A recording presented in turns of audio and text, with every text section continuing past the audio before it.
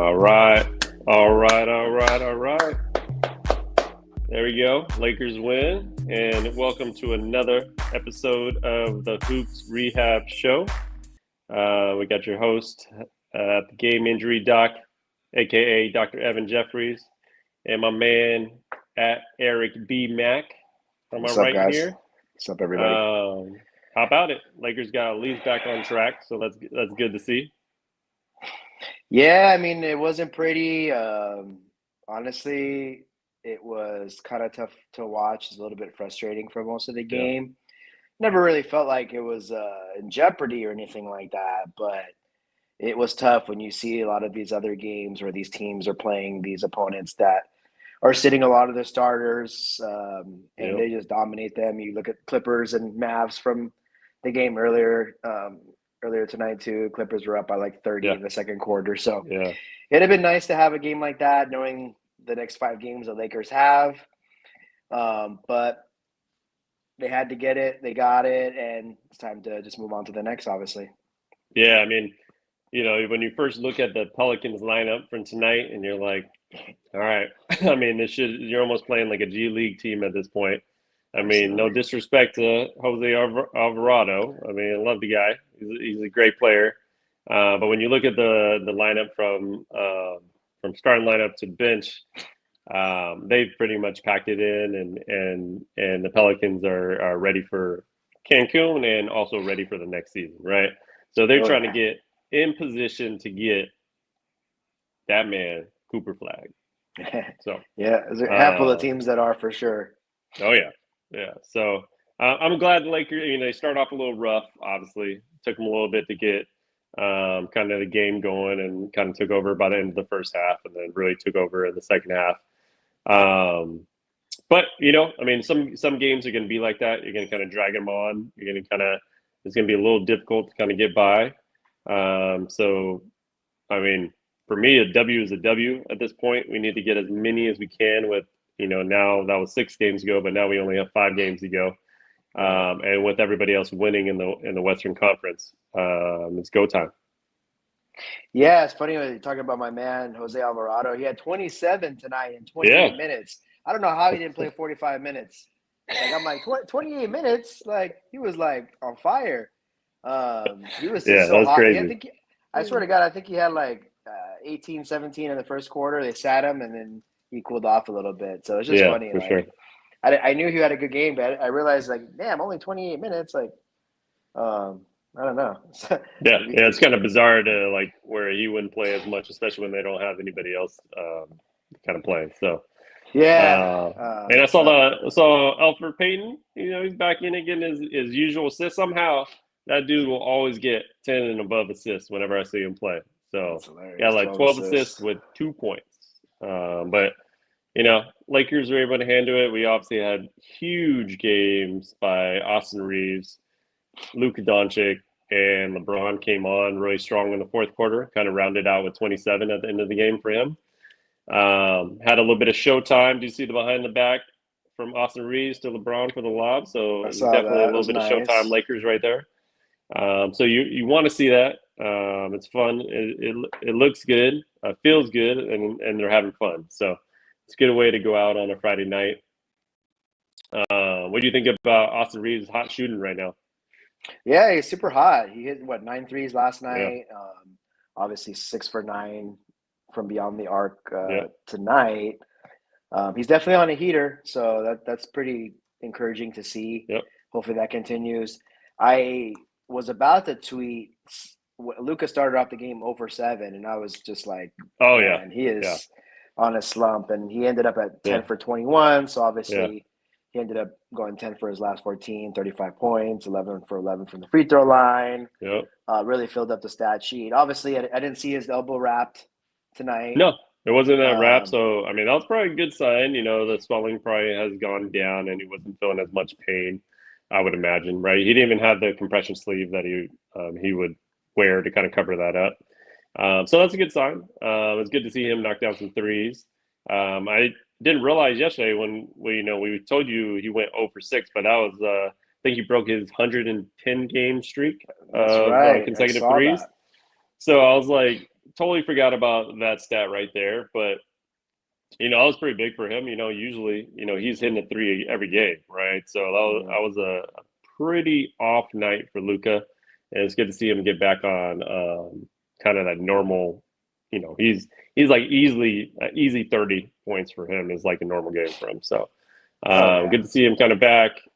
See them playing pretty well. I liked what I saw out of Jackson Hayes tonight too. So just bringing the hustle and aggression on the court is always needed. Obviously no Rui. We kind of talked about that yesterday. We touched on that he probably would not play a back-to-back. So looks like we got one more back-to-back, right, with the OKC and then Dallas the next night.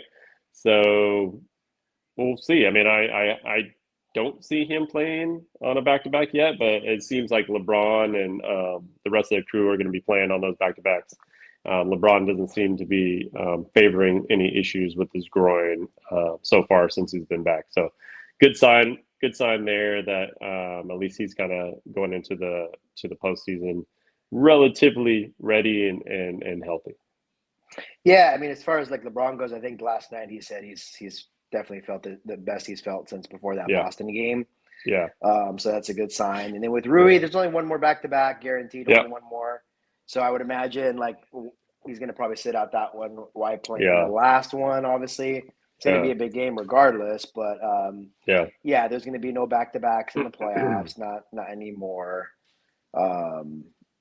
And so I was thinking about back-to-back in the playoffs. Actually, I remember one time Lakers and OKC had a back-to-back, which was freaking crazy. And I think it was because like everybody shared the Staples Center, and like the Kings were playing, and the Clippers were playing, and the Lakers were playing. That's right. Yeah. Facing against a young OKC team that wasn't good. But this year, rest assured, there will be no back-to-backs in the playoffs. Back-to-back. So, I mean, obviously, I think Dalton Connect probably picked up some of Rui's minutes, right? Yeah. JJ must have heard you last night. I know. You said Dalton's going to have at point he's got to be ready. And it was good to see him be ready and hit down some shots, right? That's what he can do. That's the thing about Dalton, right? We know he can score. He's had he's had these really high games and these really low games, right? So it's hard to like tell where his mindset is at. But when he gets the ball and he sees it in the rim, he can shoot. Like he can shoot with some of the best of them. So it's good to kind of see there. Yeah. He's a flat out shooter, and so I think we've talked about it. When he's playing 4 or 5 minutes a night, it's impossible to get a rhythm. And so yes, I don't know if he's going to be a big time rotational player in the playoffs, but I don't know. I see him hitting a big shot, having a big game. I think he's going to be important in the playoffs for sure. Oh yeah, I think there's going to be a time and a period where we're just going to need that spark off the bench, because our bench is, I mean, for the most part, you're going to have Gabe Vincent have games that he'll be shooting the rock and he'll be doing pretty well at that. Finney Smith is just really hit or miss, right? Some games he's going to be on in the corner, he's going to be making threes. You know what you're going to get defensively from him. But you don't know if you're going to get enough offense out of it. Vanderbilt, we've already known this. We've preached for him to become the corner 3 specialist, right? But we got to know what we got with Vanderbilt. He's going to bring a lot of hustle, a lot of defense, but offensively, he's probably not going to be where we're going to rely on. So if we're not getting anything out of those 3. That's leaving you with Goodwin, which I think he can bring a little bit of offense and obviously the defensive punch. But as far as a shooter, that's all in Connect.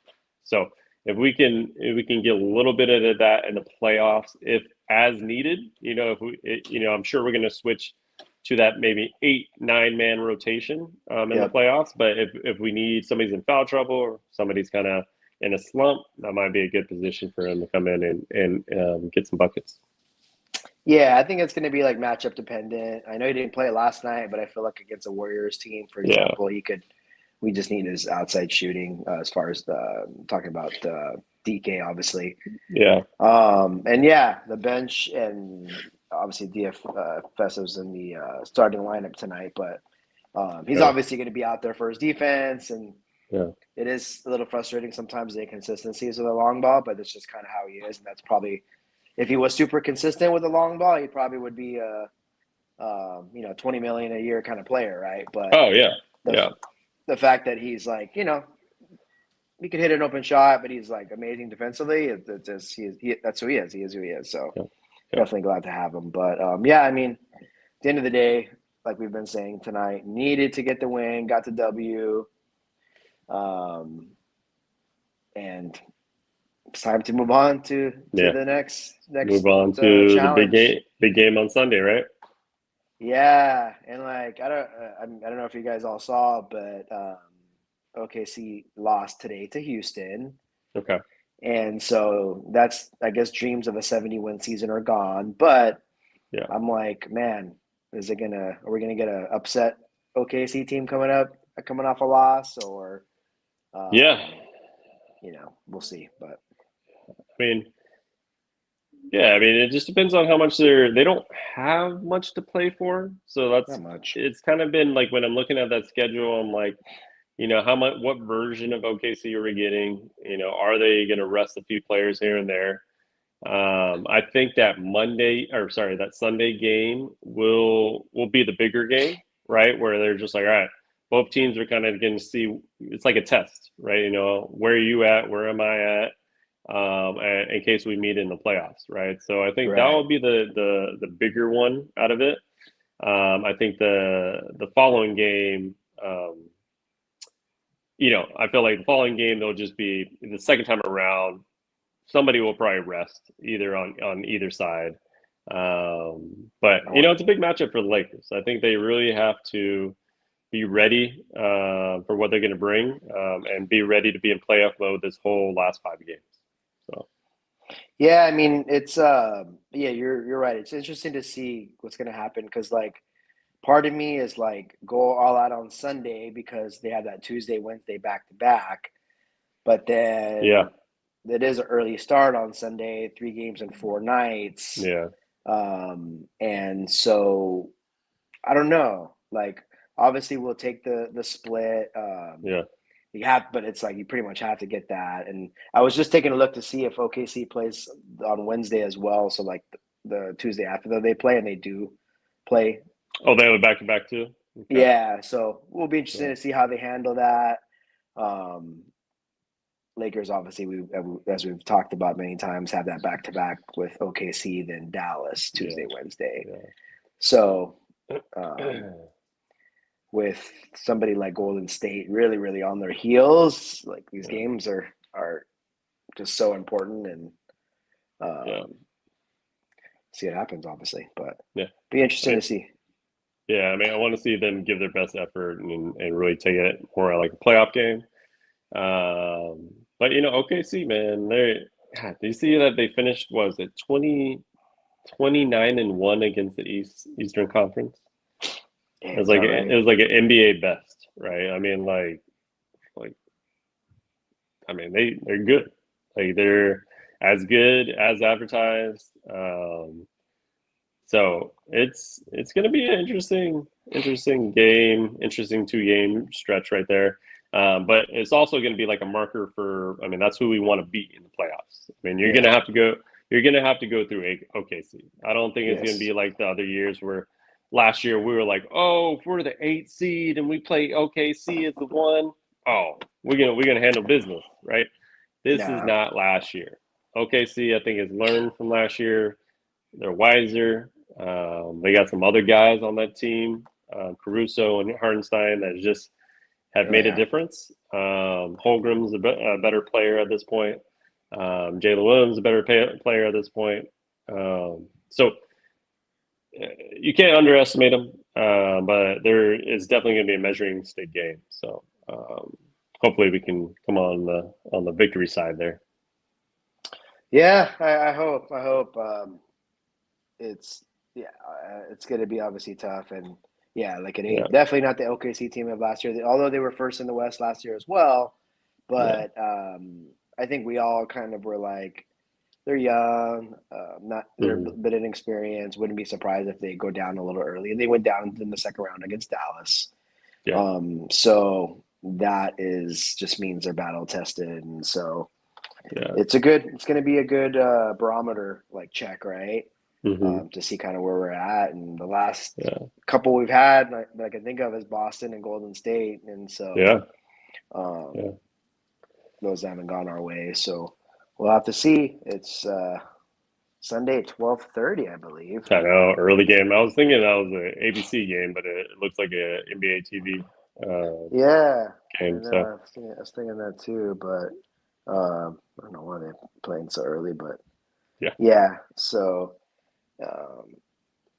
it's going to be big. I think they got to really finish 4-1 over their last 5. And I mean, we gave them that 4-2 or 5-1 yesterday, so we talked off one tonight. That was a big one. But based on what Golden State did tonight, right? So they beat the Nuggets, and so that was a kind of I see it as a good thing for the Lakers, right? Because now we're in the 3rd seed, right? So and if I don't know, I mean, I would want to see, if anything, the finish the way it is right now. Lakers at the 3, with Denver at the 4, and then Golden State at the 5. Oh, right? So then you got those monsters. You let Denver and Golden State kind of go after it. I think that's probably best case scenario for the Lakers. And I see Memphis already dropped to 8. Huh? Okay, so that was just based on tiebreakers. Yeah, and the Clippers are coming, right? So it's gonna be interesting to see who we see at that as an opponent, because I think it's gonna come down to that last game of the season. So we definitely won't know.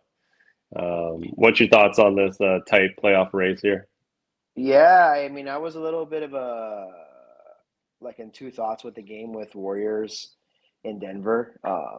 I was kind of thinking we need to have the Warriors lose a game, because, as a reminder, if Lakers go 3-2 to finish the season and Warriors win their last 5, Warriors will actually jump the Lakers in the standings. And so 3-2 seems like a number Lakers could easily be, right? I mean, but especially with the matchups that we have right now. So but on the flip side, it's great you're back in 3rd, right? And so you're up 1 in the loss column to Denver and Golden State, and you again own the tiebreaker. And so that's obviously big. And with Houston surprisingly losing to OKC, as we mentioned earlier, or winning against OKC, as we mentioned earlier, they're definitely solidifying themselves with that 2 spot. And so it is interesting to see if, imagine if Clippers finish 7th and Rockets finish 2nd. I'm sure that'd be a good matchup for them. And I know we're going to give them a little bit of flowers today. I thought we kind of talked a little bit about it for the Rockets, but I don't know. Is that something? Yeah, I mean, if you guys have been watching the last couple of episodes on how I feel about the Rockets, I want to apologize. I mean, I think the Rockets are a good young team. Right, so I like the fact that they won tonight, and kind of, they beat OKC, which I already said they were probably going to go 0-5 in this stretch that they had, or 1-4. This could be the one. They could be still going to 1-4. They play Golden State on Sunday.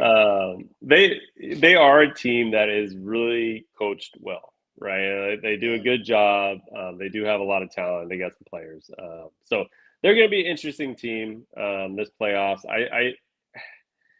I still see them as a matchup like any of these teams. If you matched up Minnesota, if you matched up the Clippers, I think those are tough matchups for the Rockets. I think Memphis at this point, with what's going on and them losing their coach and kind of the jaw distraction, things like that as well, I think they'll be fine against Memphis. I don't think Memphis is going to be putting up too much of a threat in the first round against pretty much anybody that's on there right now. I feel like they're probably the weakest of the bunch right now if we're looking at positions there. But yeah, I mean, Houston's handling their business, man. They're number 2 in the West. They got 51 wins on the season, and they got a bunch of young guys that are trying to prove themselves. So I'll give them some flowers tonight. And then Nice when we go through the next 4 games, we kind of see where we're at with that. Yep, Houston did not have a problem tonight, I guess. But they didn't. Yeah, no, good point. Yeah, they got a big win, and you got to give them tip your hat off to them. But I was actually going to talk. We're talking a little bit about the standings, man. Denver, I mean, so they've lost 3 straight. Yeah, I know it's a little. I mean, Jamal Murray's been out. Yeah. It looks like he has a little hamstring thing, so that's always a little touchy tricky on whether or not he's trying to push it, right? He's been out, I think 4 games. I'd imagine he's kind of minor because they haven't really made too much a big deal about it. Yeah. But even those grade 1 kind of strains, the ones that are like, you're supposed to heal in 1 to 2 weeks or 7 to 10 days. The problem with those is that if you just come back too early and you're not there, you could just pretty much turn that into a partial tear. Right. And then he would be out probably the playoffs. Right. So I think they're going to manage that and make sure he's ready to go for the playoffs, but they could fall. I mean, it could be a pretty interesting thing to see them kind of fall into the play-in if possible. Right. I mean, I doubt it with the Clippers kind of coming up like that. But it could be a possibility. So they have to get some wins going forward. And they're just struggling a little bit. I mean, they're just struggling without Murray. They're just kind of struggling as a team. And it seems like even like when you see the press conferences with Mike Malone, he seems pretty frustrated at kind of what they're doing. And especially towards the end of the season when you should be kind of ramping things up. I still feel like they're a threat against anybody, but they do have to get it together the last couple of games here. Yeah, it's tough to say like, oh, they're not playing well, but it's tough because they don't have Jamal Murray, so they're a completely different team with him. But it has to be a bit of a concern because I know the first couple of games that I've seen him out, I thought it was more of like a load management. Let's just get through the end of the regular season. But now he's been out with against some pretty big games. Obviously against Minnesota and Golden State. But I mean they're like I know they have the tiebreaker over Golden State. I was looking at that earlier. But I don't know if they'll fall into the play-in, but I mean, shoot, they could fall to the 6th seed. I was looking at their last 4 games. I mean, not the toughest, but not cupcakes by any. Who they got the last 4? So they got Sunday. They got home against Indiana, and then they play at Sacramento, and then Memphis, and then Houston. So. Not a cupcake schedule. That could be a 2-2, based on the way they're playing, or you would think they would want to go about 3-1 with that. So, but not the hardest schedule, but definitely some teams in there. Yeah, so we'll see. I mean, they probably want to take care of business against Indiana and Sacramento. I forgot one thing I forgot to mention. So Dallas, they got like smoked tonight, right? And then they play tomorrow again against. No AD tonight though, right? Yeah, no AD. Yeah. I think Kawhi may not play tomorrow. I don't think that's official, but they kind of. Back to back. Yeah. Yeah, so AD might be playing, but the crazy thing is Dallas doesn't play until they play the Lakers on Wednesday. So Lakers. Will play OKC twice. They play Saturday and don't play until Wednesday? Yeah. So it'll be a fully rested team with AD pretty upset. Yes. So that'll be interesting. A little different environment for Luka. He's going to be wanting to kind of prove, obviously, to Dallas management. Not really the fans. The fans are going to be cheering them, I would imagine. What do you think? What do you think that scenario is going to be? Like, are they doing tribute video? Are the fans completely cheering them to mock Nico? Like in that point, like I wonder what they're going to be like there. Yeah, I mean, I'm pretty sure they'll do. I don't know if they'll, throw the kitchen sink. Like they'll do it. They're going to do a tribute video. I think because Luka, he didn't leave as a free agent, right? He got caught by surprise. He got traded. The season, let's be honest, for Dallas has not gone nearly the way that they imagined after training him. Fans have been furious. So I think he's going to get a Yeah. pretty good ovation. Yeah. To be honest, that's how I see it. It's going to be a lot of emotions though, and which will be a big game, you know. So that'll be fun to watch for sure. Yeah, I mean, same for AD, right? I feel like he's going to be just trying to prove a lot that game. Right. I think there's going to be some So physicality. Like you might see some trash talking from AD and LeBron and yep. to the rest of the Lakers, maybe the coaching staff, everybody, which I like. I mean, you will kind of want to see that kind of going into it. And Dallas is still trying to, prove that they can be in the play-in and maybe sneak into that 8 seed, right? Yep. So we'll see. I mean, I don't think they'll have too much issue with like Sacramento or something like that. Like if they play Sacramento, and then they would have to beat like whoever is in that 7-8 kind of matchup there. So Yeah. um, They have something to play for still, for sure. yeah, I think they'll be in that 9-10 spot, and I'm sure they probably would rather have the home game. So, yeah, they'll definitely be playing. So, yeah, I mean, as far as I'm trying to think of more in the standings here, to talk a little bit, obviously, Lakers, Denver, Golden yeah. State has come in. I mean, they're just a well-oiled machine right now. Back to back, a tough game against the Lakers tonight. Yeah. They came out. I was watching the first quarter of that game, and Denver was up 42-30, and I was like, wow, okay, so it's a different, like that you're playing against a different team. Denver's a lot bigger. Hmm. I can see where they can pose a challenge for Golden State, but then I swear, right when I was thinking that, Golden State just came back in like 2 seconds and pretty much Went just on a dominated. run. Yeah, dominated the game, and because actually Yeah. Denver had been really dominating them the past couple of years. Yeah. Yeah. I think it They was like won. 9-1 the last like 10 games or something like that. Yeah, Which is pretty surprising, but at the same time, the Warriors have kind of struggled over the last couple of years, except for the one they have. year that they won, right? So, yeah, man, that lineup is what now they're 14-0, or was it? Yeah, Yeah, 14-0 with that yeah. lineup. Of course, you know. So it's I mean, Steph. I don't know what it. I mean, obviously Jimmy Butler is a great player, but he has fully unlocked Steph, and an unlocked version of Steph in the playoffs is probably as lethal as any player in this NBA. Oh Right. yeah. So like if you told me who would you rather go into the playoffs with right now, like as the hottest player in the league, who would that be? Like if you give me your top three, who are those three players right now, single handedly Oh, that can get you a championship? I mean, probably Steph, as you said, as SGA most likely, Yeah. and probably one of the Boston boys, I guess. Celtic boys. Yeah. Yeah. Tatum. I mean, obviously, there's so many great players, Joker, and Yeah. they're made for these Yeah. moments. But um, Yeah.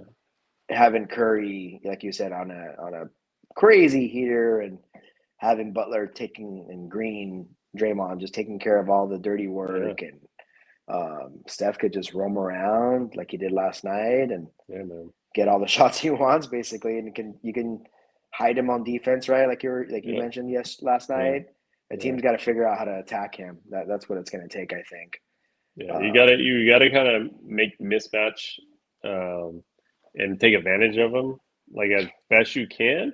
But yep. Steve Kerr has always done a good job. I mean, I don't necessarily. It's probably not just Steve Kerr, but probably some of their defensive assistants have always done a good job with like getting the most out of Steph Curry on defense and not Right. making it like I've never like thought of Steph as a bad defensive player.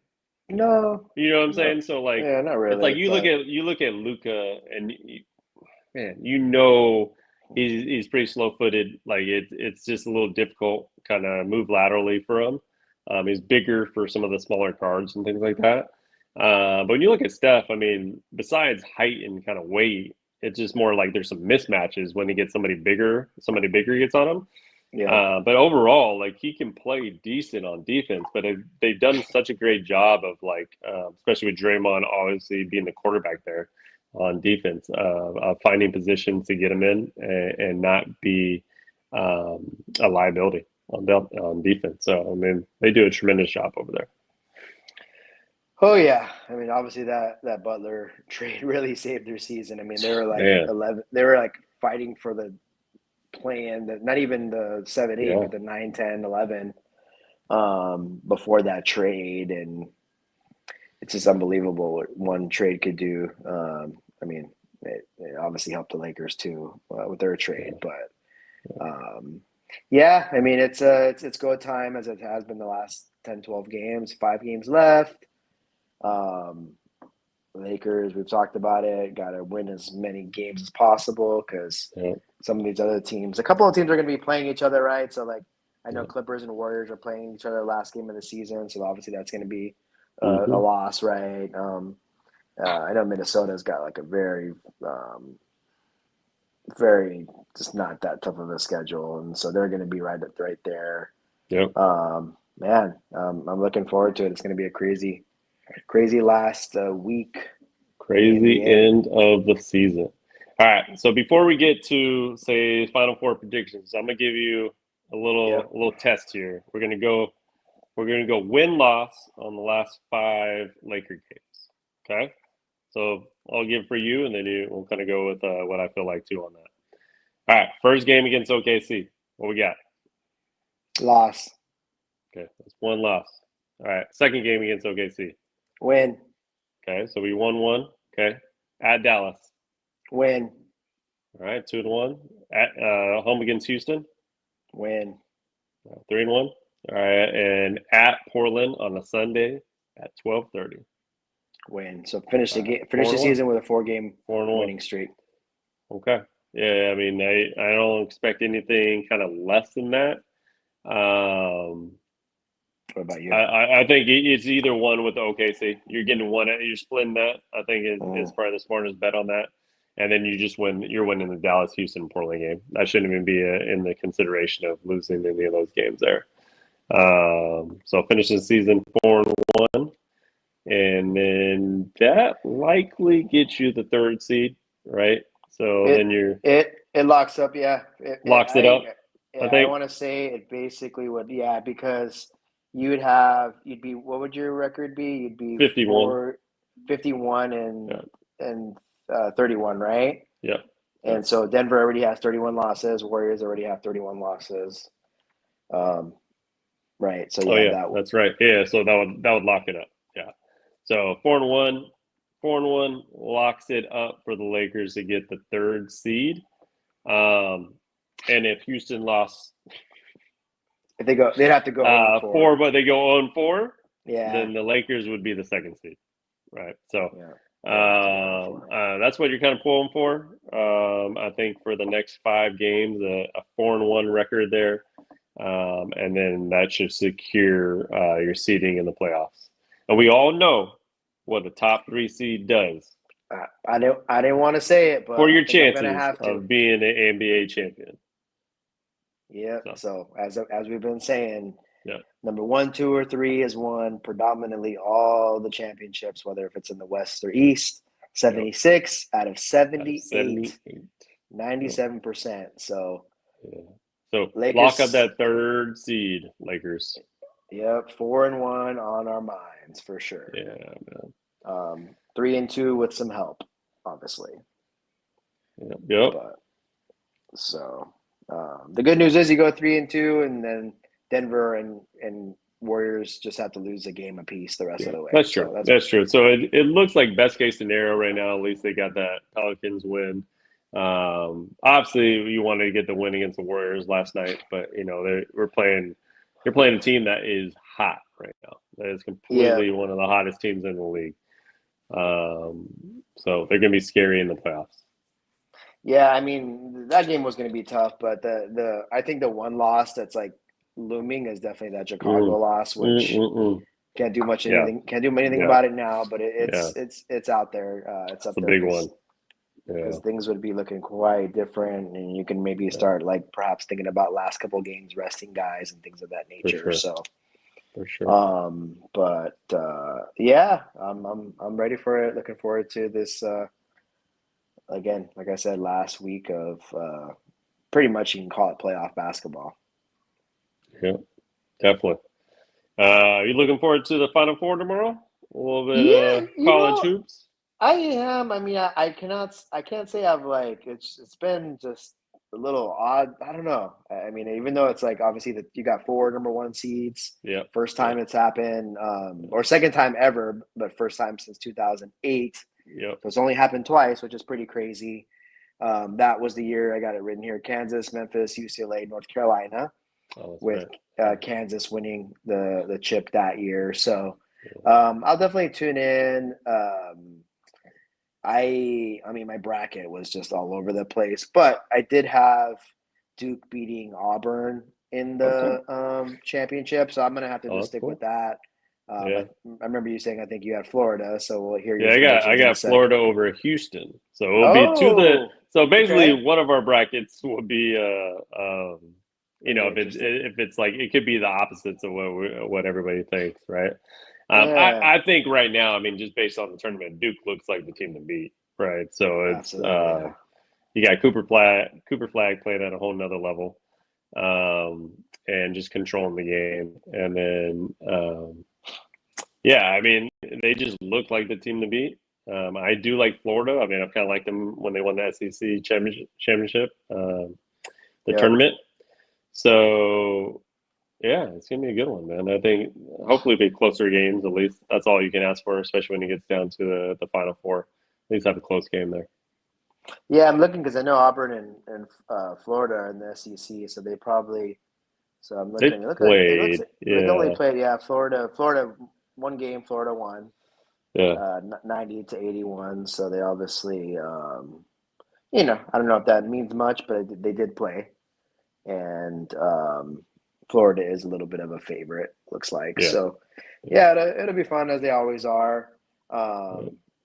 And so it'll be interesting to see who plays.